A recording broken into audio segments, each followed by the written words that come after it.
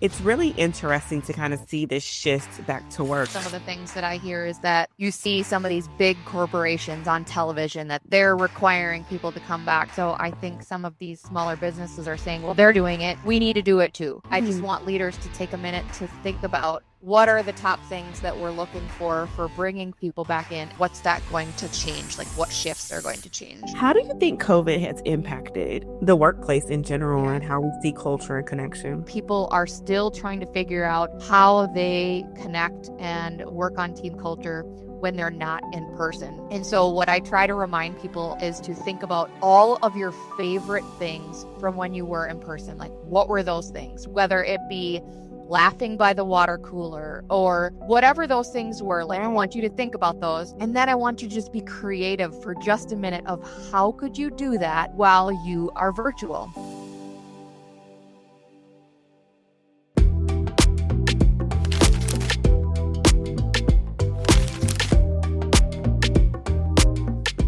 Welcome back to another episode of Conversations Beyond the Brand. I am your host, Dr. Tashana Thompson, and I am super excited today. My guest is Becky Bruner, a culture and connection consultant and the founder of Choose Happy Assisting. I am so excited to have you. Becky did a team exercise workshop with us a couple years ago. Shoot, it's probably been like 3 years ago now. But it's left such a lasting impact on me and the team. I need to have you come back since we have so many new people. But one of the things that I love about you and your work is that this whole people first in the workplace is not just a buzzword for you. It's something that you're actually implementing as business strategy for your clients. So I'm just absolutely thrilled to have you today. I really want to know what led you to this work. You're so people oriented and purpose driven. What led you here? Yeah, I feel like this has been something since birth. The women in my family are very hospitable. I dealt with a lot of death on my mom's side of the family growing up. And so you just picked up the pieces and we're really come together to take care of one another. And so having that kind of just inner being of who I am, I've always just kind of taken care of others and that it's super, super important to me that others feel cared for, that others feel like they matter and that we appreciate what they do. And so, whether that be working with my son's football booster club or planning all the post prom activities this year, just really making sure that these kids have what they need. And that also goes into the work that I do. So helping leaders and team members understand that they're important, that the work they do matters, and to really create that connection among team members so that they can have a more positive workplace to be. Because it really is possible to have a happier workplace.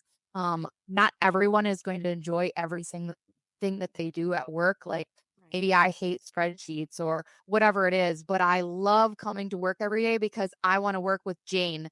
And Jane and I have some similar connections and things that we love to talk about. And maybe we learn that Mary also loves to read sci-fi books with us. Whatever those things are, creating those connections together. I love that. And, I'm all about connection. I'm a relationship marketer. Like, that's what I call myself. And you just so embody that essence of like care and connection and really living it, like living it in your personal life and your professional life. What led you to start your organization? Yeah, so I had spent about 17 years in the corporate workspace. I worked for a long chunk of time in a food manufacturer doing project management, marketing communications, and also doing a whole breadth of community culture, but not really calling it that, just doing it because I cared about all of the team members and really just wanting to show people that we cared about them. People worked long hours, especially in the food manufacturing world, trying to keep up with orders. And maybe we can do lunches on whatever shifts that they are, whether that be at noon or at 2 in the morning. We need to show all of them that we care, putting on lavish holiday parties, shopping for weeks on end. Like I still have crazy memories of filling vehicles with loads of prizes and Having some of these people to this day talk about what those things meant to them, that they may have Right. never been able to buy something for their family like that. But this thing that they were able to pick at that event just meant so much to them. Or maybe they were able to pick something to give to their child for Christmas that year that they could have never bought. And so seeing the happiness and joy in people that work really, really hard for you is really fun to do. And then I also worked for a wellness company that I was on the happiness committee, and just seeing the joy and leadership that happened in that business where they would ring the bell outside of the president's door when a new client would come in, and everyone would stand up and cheer because it was everyone that took part in that. It's not just the salesman that made that sale that makes that whole company work. It's every single person there, whether it be the call center or someone in marketing, communications, whatever that may be. And so it was really fun to all come together and cheer as kind of one team. And so I learned a lot in those days and bringing that all into the work that I do now. So my lifeblood has kind of been project management as I am a planner organizer at heart. But during that time, really managing teams and working really closely with people, I was able to bring these skills, which are my strengths, into making sure people have what they need. Do they have all the tools that they need? Oftentimes people don't think as that as part of team culture. Um, are we understanding what truly matters to them? Does it matter to Jane that she is out of work by 4 o'clock every day because she has to get to her grandmother in the nursing home? That's what she needs to do. Or maybe Mary, she's got to pick up her kids and get them to track practice. Like really understanding what each person needs on a personal level to help them be the best team member that they can be, giving them the tools that they need, and then helping us in the business because it really does help with productivity in your business if your team members are happy and thriving in what they're doing. So, Absolutely, absolutely. So, who do you typically work with? yeah. So, I typically work with female business owners. I've done everything from small businesses, 12 and under, and just recently starting to work with businesses between the 10 to 50 range that really need to like dig deeper and have training on a leadership level so that their leaders can really infiltrate that down to all of their team members. I love it. And what do you find the challenges of the organizations you work with? Like what are they facing that is keeping Yeah, them so from. especially right now, depending on the type of business, if they were remote primarily and are now coming back into the office, people are struggling with why do I need to come back into the office? What are the reasonings? And really helping leaders create honest and transparent statements to why. Like people need to know why they're bringing them back in, Right. and being cognizant of the days that they are bringing them back in, like what are we doing? What is the best use of our time and dollars? Because we've realized over the last 6 years that we can have meetings very easily like this Right. and Right. get things done. So when we're bringing people in, what is the best use of their time? Are we meeting one on one to really like brainstorm, collaborate, and have more activities? Or are we just doing the simple day to day that could really be done virtually via computer? So, and also kind of like pushing leaders a little bit to think about why, not just because like ABC company did it and John Doe's company did it, so we should do it. No, like what matters and what is important to your company and your mission to make it happen for them. And then also on the smaller businesses that I work with, I work primarily with online businesses. A lot of them are struggling right now financially, so they're cutting back on certain things. Maybe they've had to cut back on team members. Some other team members are taking on tasks that they may not have before, and really helping look at who do you have on the team? What is the strengths of everyone so that we can really make the best fit for each team member individually. You might just automatically shove everything onto your VA because you're like, well, I don't Mhm. really know who else to shove it on, but you may find out that Jim has incredible knowledge of spreadsheets from his last role, wherever he was at, that he can jump in and help with some things. So, really, let's dive in a little bit. Give some kudos to your team members like, wow, that's amazing. I didn't realize that you were a genius with spreadsheets or Kajabi or whatever it may be. Let's utilize that right now while we're kind of in this struggle phase. And then when we're ready to hire, like you can be a champion in this to help train the next person and lead this on to where we're going. Um, so I feel like there's a lot of different things happening, especially in the economy that we're in right now. Absolutely. I would love to hear your opinion about the transition from work from home to back in office. What are your thoughts? Yes. Yeah, so I see both sides. I see some businesses that really utilized in-person activities to make things happen, depending on their work.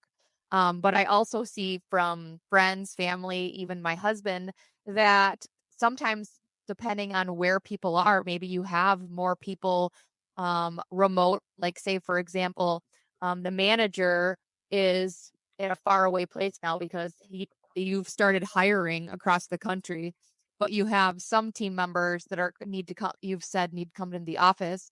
Does it really make sense that they have to be there, but half of your team is away and your manager's not even there? So really Right. thinking about it team by team of what makes sense. Like, let's be realistic. I think it can't be this overarching yes for all. It has Right. to be case by case.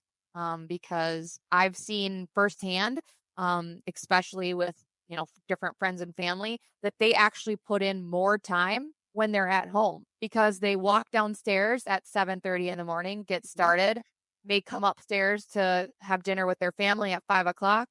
But if they have to drive to work, that's driving to work, maybe some more conversation throughout the day, and leaving at 4:30. That an hour and a half of time the company is no longer getting productivity from because they are spending in the car, they're spending in the coffee lounge, whatever it is.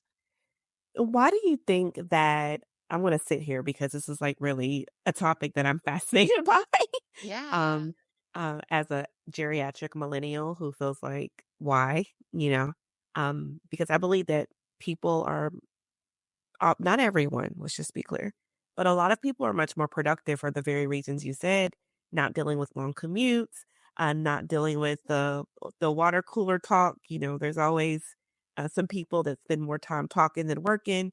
Um, I think hybrid situations, are awesome, but it's really interesting to kind of see this shift back to work. And it's like, what is the real why? Like without, you know, going Yeah, and there too I think much. right now, some of the things that I hear is that you see some of these big corporations on television that they're requiring people to come back 4 days a week, what have you. And so I think some of these smaller businesses are saying, well, they're doing it. We need to do it too. And I just Mhm. want leaders to take a minute to think about, make a pro con list, go back to old times and get out a piece of paper and write down like why what are the top things that we're looking for bringing people back in? Is it because we have this building sitting here Yep. that's not being used? But also then on the second hand, thinking about when more people are there, more electricity is going to be used, more water is going to be used, more tools in the building, whether it be pens, paper, printers, etc. So there is a cost both ways, whether they're at home Absolutely. or away. Absolutely. So really truly thinking about for your individual business and teams, why and what's that going to change? Like what shifts are going to change? And I think that in a lot of spaces, it seems like it's just a power move. Like I really want to have my thumb on you again. I really need to make sure that you don't have any other sources of income that um power control.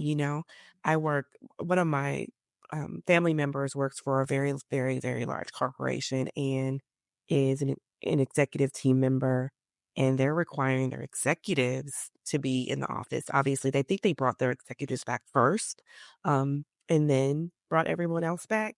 And it also feels like with all the layoffs that are happening, that perhaps this is an attempt to force people out, make them so uncomfortable that they're being forced out. It's just a very, very interesting dynamic.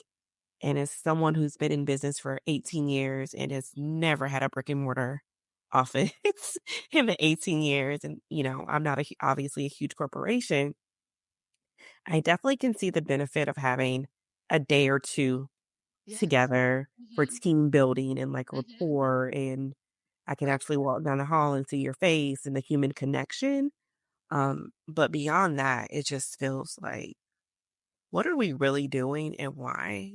That clear Exactly. why. Um, Anywho, you can see that I could get on a soapbox about that, um, but I love that you have chosen Choose Happy as your business name. Tell me a little bit about that, the reason Yeah, behind. so, my aunt Nan, she has cystic fibrosis, and so, there was a lot of things that people thought she was never gonna be able to do.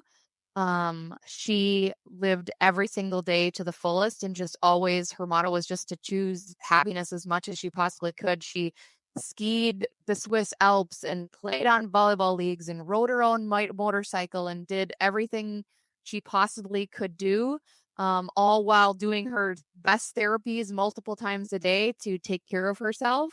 When she passed away when she was 41, I started a blog just like as a part of the grief process and called it Choose Happy, and just really felt like, honoring her in that way. So when I started my business, I knew that that was definitely going to be part of it. I just always felt very connected to her growing up. She was probably closer to my age than she was to my mom, and so she always played a big part in my life. She would come to college and bring pizza, or take us to amusement parks, or do all these fun things. And so growing up, it never really felt like she was sick per se, Right. but she dealt with more in her life than some people do ever. So, just really trying to embody her in my work and in my life. There's always going to be hard moments. I have them too, where I have negative Nancy days and struggling, but trying to come out of that and realize that tomorrow is a new day and live life to the fullest because tomorrow's not guaranteed. Oh, I love that. I love that. Blessings to your Aunt Nan and Yeah. the legacy. Yep. What a legacy. Yeah. So, um, yeah, that is such a powerful story. I'm kind of getting teary. Yeah. Um, I think more people need to know the stories behind our brand.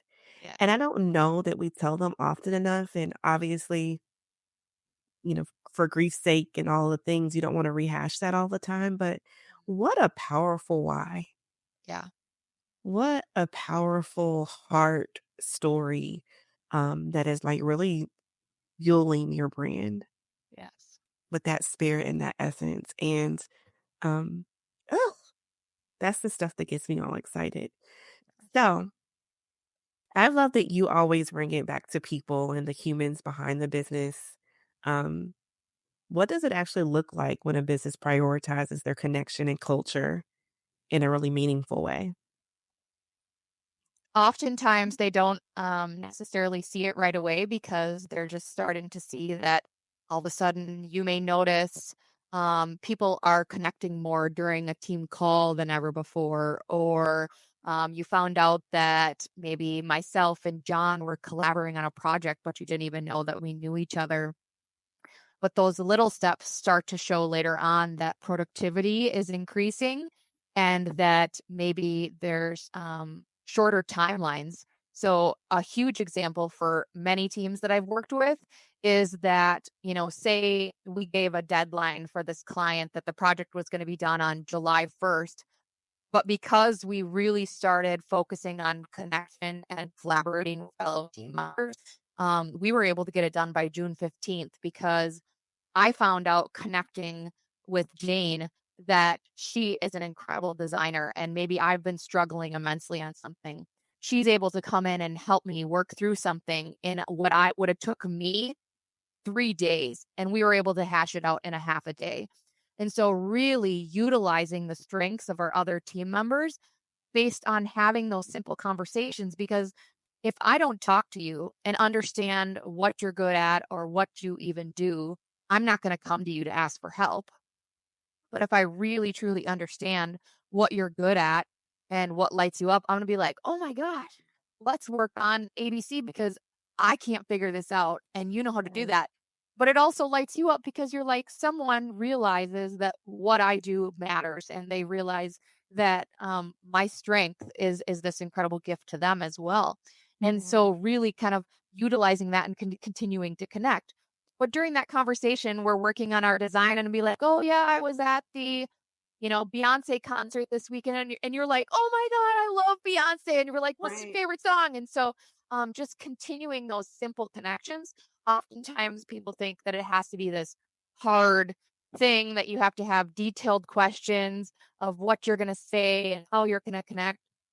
And I try to remind people that it's literally like the ABCs and like connecting with your friend or aunt or grandmother, whoever. It's the simple things. Like, Right. what did you eat last night? What'd you do this weekend? What was your favorite thing to do as a kid? What do you put on top of your pancakes? Like, it's very Right. simplest things can connect you. And you're like, oh, yeah, like, we all love sci fi books or everybody loves Seinfeld or whatever it is, Right. fun things to connect, as a team and really using that, as a benefit to your company. I love that. And it seems so simple, and I love you used to have a subscription where you would give us, like, prompts to and we Yeah, still utilize those types of things good. within our team from you. Um, why do you think leaders struggle with this so much? Because they overthink it. They make it like this complicated thing that they just think so hard about when these happen that they push it to the side. Like, I'm Right. not gonna do it because it's just too much. Or they are maybe so introverted that they honestly don't know. They don't know how to begin or how to have the conversation. Um, or maybe they have so much on their plate that that is just something that's easily shoved to the side. You mentioned something earlier in our conversation about how you were shopping and doing all the things for your team members. Do you ever think that people just don't care? That they really Well, just don't care enough to I mean, in smaller organizations, maybe a little bit more, but I just look at, just the gamut, and I'm like, why don't people invest in their people? And it's, what my COO says all the time, Tashana, like, is always buying somebody a gift because that's how I show people that I care. Like, you're yeah. halfway across the country or the world in some instances on our team. Like, that's how I can show you that I see you, that, I can shout you out. And I try to be really intentional with that here, but I can never understand, why these big corporations that have these endless pockets don't invest more in their people and in the very things that you've talked about. Yeah, and I think for a lot of them, it is, um they're driven to other things, and so thinking about their team members is not a part of their everyday routine. But just really training them to understand that if they want to keep their team members, they do have to show them that they care about who they are Right. and what they do. And so just really helping them understand the why. Because oftentimes when they hear that if they lose that team member, the dollars that are going to be spent in trying to hire, the time, training, etc., is like insane amounts of money by the time you add all the people up that you may have to retrain, rehire, etc. Um, Helps them maybe think a little bit like, oh, I don't want to have to do that so many times a year. Right. What are ways that we can shift And retain that? So people. I think some people just need that shift in perspective of why it's important. Because I don't want to lose all that money. Right. Right. I mean, it sucks that it has to be like tied to the money, but that's what motivates businesses and business owners at most times. And your people are your greatest investment. Correct. And a lot of the small businesses that I work with, under 15, a lot of times the women that I work with, they really care about these women. They just don't know how to show it. They don't know Right. how to have a conversation. They're not sure what to really do. But the reason that they started the business was because they wanted to, they had the strength, whatever it is. Maybe it's building websites or doing podcasts or whatever it is. Right. Um, but they wanted to have a team of people that was like a group of besties that could work together. They could potentially see one day in person. Just over the last 3 years, I've planned retreats in San Diego and Florida and other places for Love it. us together, and seeing the amazing camaraderie when people have worked together for years, but finally being able to be together in person, like Yes. Well, magical. that's my dream. Like, that's my dream in the next year or 2 to have all my people together and to Yes, I'll have to call you for that. Like, yes, you my know, girl, definitely. um, that's something that's so powerful, like that camaraderie and showing people that you care. Like, it doesn't take much to to show people that you care about them when they're having a major life event, a death in the family. Um, one of our team members lost to and an uncle, like super, super close together, and it was super painful. Another team member recently got married. It's like, how do you show that you care in those instances um and showing up for people? And I know that we have a lot on our plates, and I can speak to the small business owner, with a team of 15 or less, that these things matter so much to me. Like, I literally realize that nothing happens. Like, there's only so much work that this body can do. And Correct. I think in our organizations, we have to understand that it takes the collective to move businesses forward. And caring about people. I don't know why it's not embedded in more of us. I think just culturally as a whole, especially in the States, this is a thing where we're very individualistic and we're caring about what's happening with me in my family. Sometimes not even my family, just me. Yeah. So, you can kind of see it bleed into organizations, obviously, when you have those challenges happening with, excuse me, individuals. Um, how do you think COVID has impacted this the workplace in general Yeah. and how we see culture and connection? Yeah, I think a lot of people have went inward. They had to go home, except for, the incredible workers that had to be on the forefront, which I'm so thankful for. But a lot of Mhm. people went inward. Maybe they went home to work and really became more introverted during that time. I've actually seen that in a lot of people. Yep, And that to this day, they still struggle to even just be out and about yep, to visit with people because they became so inward during that time, which is understandable. Um, but I think people are still trying to figure out how they connect and work on team culture when they're not in person. And so right. what I try to remind people is to think about all of your favorite things from when you were in person. Like, what were those things? Whether it be laughing by the water cooler, or visiting Girl, at your visiting at your desk about your project, or whatever those things were. Like, I right. want you to think about those.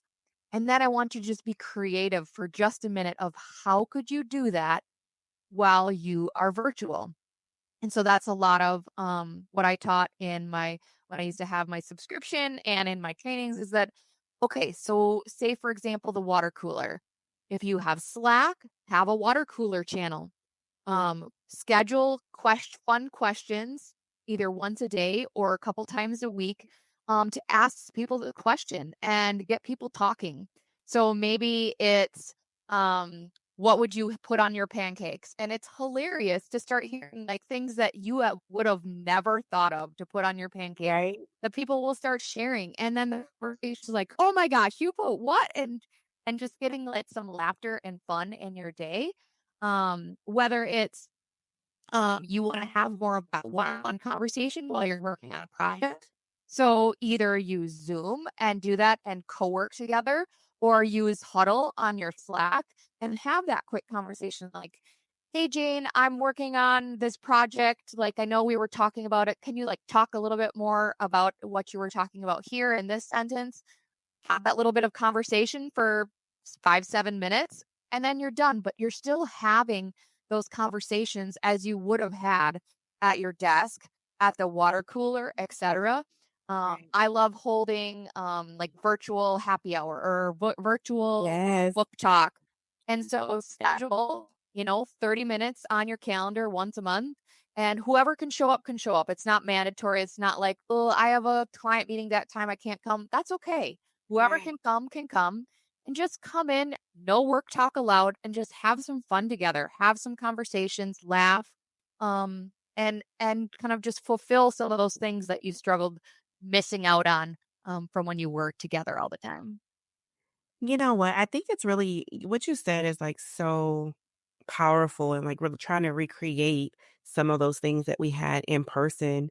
Um, and I've seen firsthand what isolation during COVID has done to people. Like Mm. we are not the same. No. And I don't know that we will ever be the same in how we approach community and relationship in general. Um, Much less how we show up in our work. One of the things that you do that I really love is like you in your superpower, you really are able to figure out what motivates um, individuals and what motivates teams. Talk to me a little bit about how you help organizations do that. Yeah, so I love for leaders to really get that one-on-one time with team members to understand what motivates them individually. Mhm. And so keeping that in whether they put it in their project management tool, their HR tool, wherever they save things, because I want to be able to refer back to that as a leader to understand that Jane, her biggest priority is X. She has a goal of, wanting to become better at Excel spreadsheets, whatever the thing Yes. is, so that the next time we meet together, which should not be on a yearly basis, should either be monthly or quarterly, to really be like, hey, how is that going? How can we support you as an employee or team member to work on that skill as we know that it's going to help you in this business to do the best that you can? And then personally, it is like your life's goal to run a marathon and that's what you do in the evenings. You run. Like how's that Right. going? Have you ran any races lately? And take note of that. I honestly can't remember everything about everybody. I do have a crazy memory and remember things, but not everyone can. And so I use my project management tool to write that down and make a task. So I Right. literally make a task for myself. Oh, I need to check in with Jane on July 2nd because she has a race on the 3rd. I'm going to be like, go kick butt on that race on the 3rd. Can't wait to hear all about it. And then Right. she's like, oh my gosh, she remembered me. But Exactly. I was able to use my tools and resources, whether it be my Google Calendar, whether it be my project management tool, but something to remind me to make that connection. I do it all the time. Like I know that so and so's birthday is April 2nd. I have a note. So I'm like, hey, Bobby, happy birthday. Hope you're having a great day. Da da da da. You matter. Whatever I'm going to say. Right. Or I can schedule it out in our Slack tool. Hey, everybody, wish Shelby a happy birthday. It's her birthday today. Hope you're having a great day. Let us know what you're doing to celebrate. Right. So let's use our tools and resources to help us be better leaders and team members.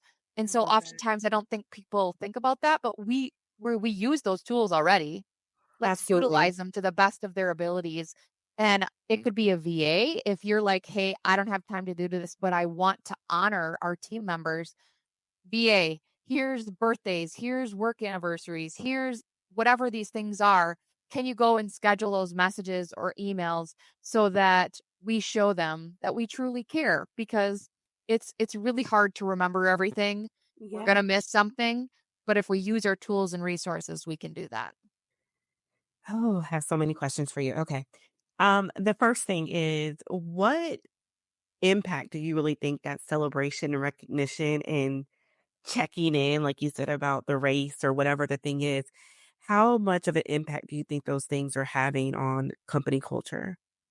It has a huge impact. I know for myself and others that when your birthday is forgotten Oh, yeah. or your work anniversary is forgotten, but you see maybe they reached out to somebody else, it makes you feel like you're not important, that you don't matter, that maybe you feel like, oh, they like so and so more than they like you. Maybe I shouldn't be here at this business. Just all these random thoughts come into your mind as you feel less than others. And when you are celebrated, maybe for example, you're single and you have no one else around you in your world that celebrates you on your special day, but your workplace is like celebrating you and you're like, these people care about me. Like this is where I belong. Somebody's celebrating me. Like I Absolutely. literally have the chills because it really does matter. Right. Um like I have a December 23rd birthday. My birthday is right before Christmas, and so everybody is crazy busy and a lot of it, and I get it. But that is why, like, my entire life, like, birthdays have always been a really, really big deal, and I wanna make sure that you know that you're important and that you're celebrated, and it doesn't have to be money. I Yeah. think oftentimes people are like, "Well, I have to celebrate them with money. I have to give them a gift. I don't have money. I don't" whatever it is, and that's not what the important thing is. If you have $10, you could do something Buy simple. If you really coffee, want buy that lunch. yes, exactly. Send them a gift card online to Starbucks, what have you.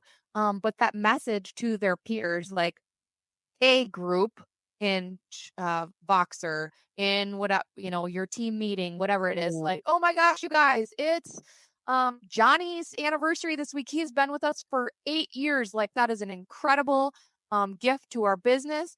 If everybody could celebrate a fun memory of Johnny, and then it's super fun for that person to see those fun memories, and then it's there. Wherever people he's able to go look at it, team members are I'm literally like, "I didn't know that. I didn't know that you and Johnny did XYZ." So, like, Right. creating that conversation and camaraderie together.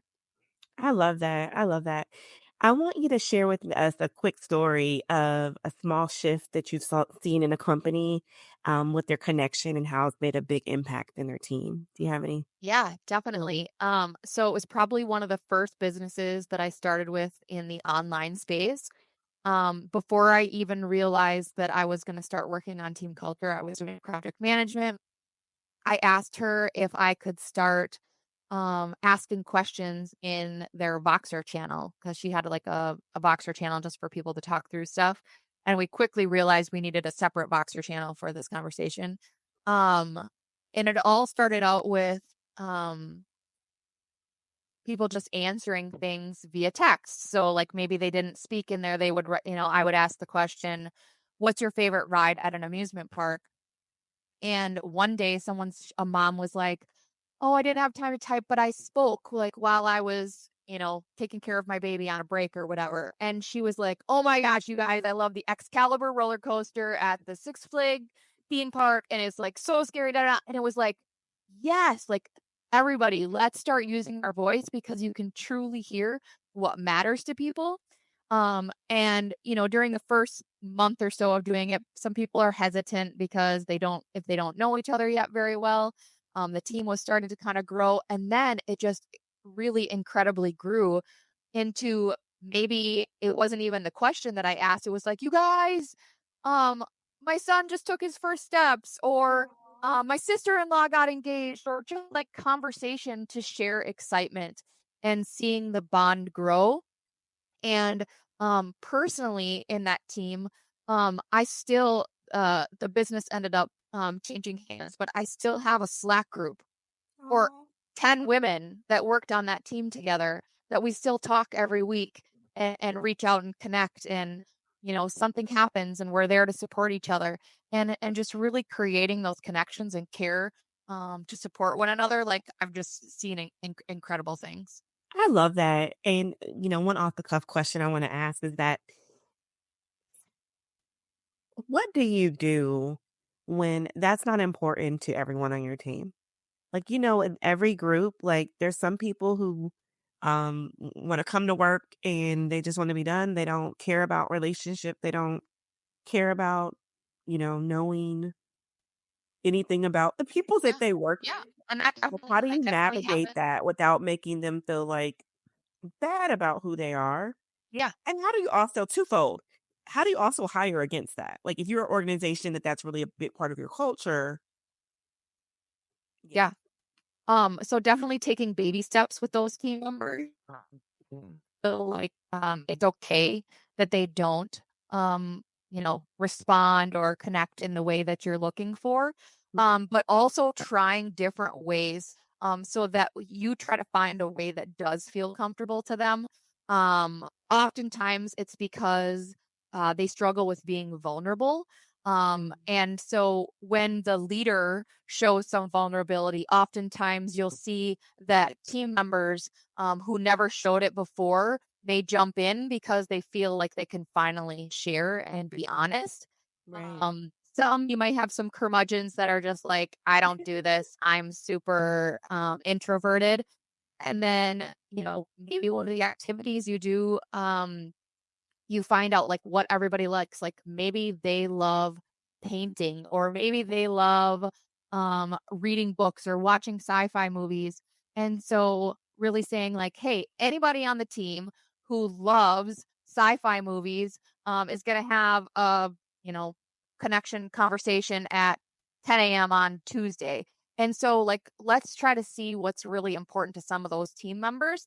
Is that Yeah. going to happen all the time? No, Mm. but really trying to dig in a little bit to like what are those things so that once in a while they can participate and slowly feel like, hey, I want to jump in. Hey, I want to jump in when they're able to. I love that. So I could talk to you all day. It was fun to wrap up. For our listeners who are, CEOs of, small businesses and nonprofit leaders, how do they start to integrate culture and connection not only into their operations but into their actual brand? Yes. And thinking about like how does culture show up in brand perception and client experience? Yeah. And so when you're working with your team and really seeing what people are like on a daily basis, that definitely goes off into your brand. So whether that be it's on social media, how you're talking about things, how you're talking about your team and who you are, really showcasing what matters to you with your team. And so I think about that when I work with others or when I see people talking is that um, I want to know like what matters to you and how you're supporting your team and how you're having fun together because I enjoy being with people that wanna have fun Right. and have, some joy in their world, and so I do think it bleeds off into, wherever you're sharing about how you do things, um, about team Love that. culture. I love that.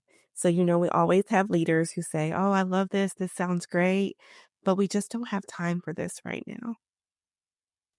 What do you say to Yes. them? Well, there's I'm trying to think of the phrase that I've heard of, you have to make time for what's important, so it's 10 minutes. It doesn't have to be this whole length of time. So if you have 10 minutes on Monday and you're going to go, schedule some posts for the week, or you're going to ask your VA to schedule some things in Slack, or you're going to schedule 5 emails to be like, hey, checking in, Jane, da da da, and being a little bit more personal.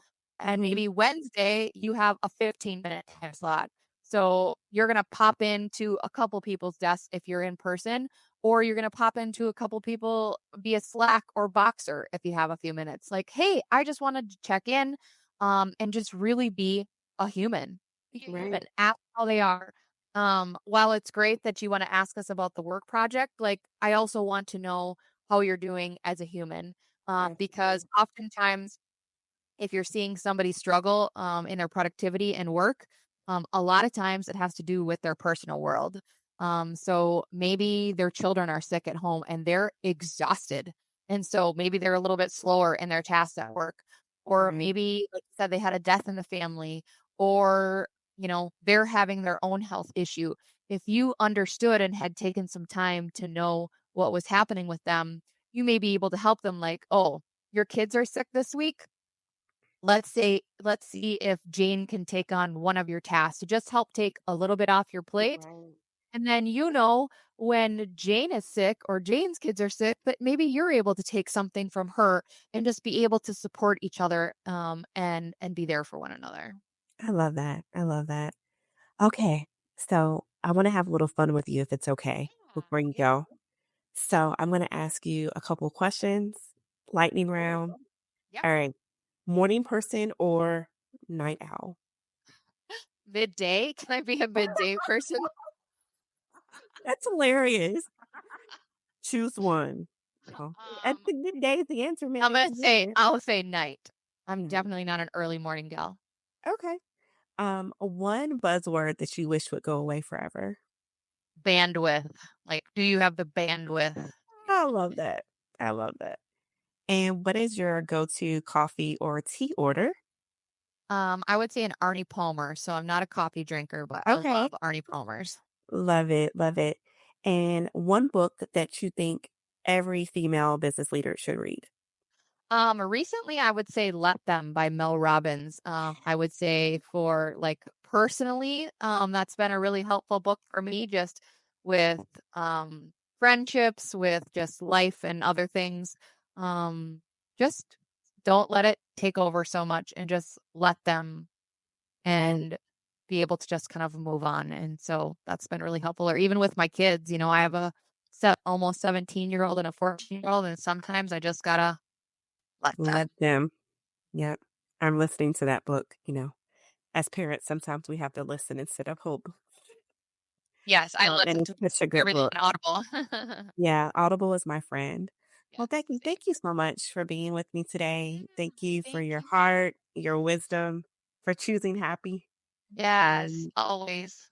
and you've reminded us that when we take care of our people, we build stronger brands, better businesses, and deeper impact. And if you are listening and you know your team could use some help in this area with connection and culture, and need some more intention in that area, please head over to Choose Happy Assisting, I think it is, .com. And we'll put ChooseHappyInc.com. shop choosehappyinc.com. My notes are correct then. Choosehappyinc.com again to learn more about Becky's work and look her up on LinkedIn and connect with her. You'll really be glad you did. She's just such a breath of fresh air. So thank you again, Becky, for being with us. Thank you. Have a great rest of your week. Thank you.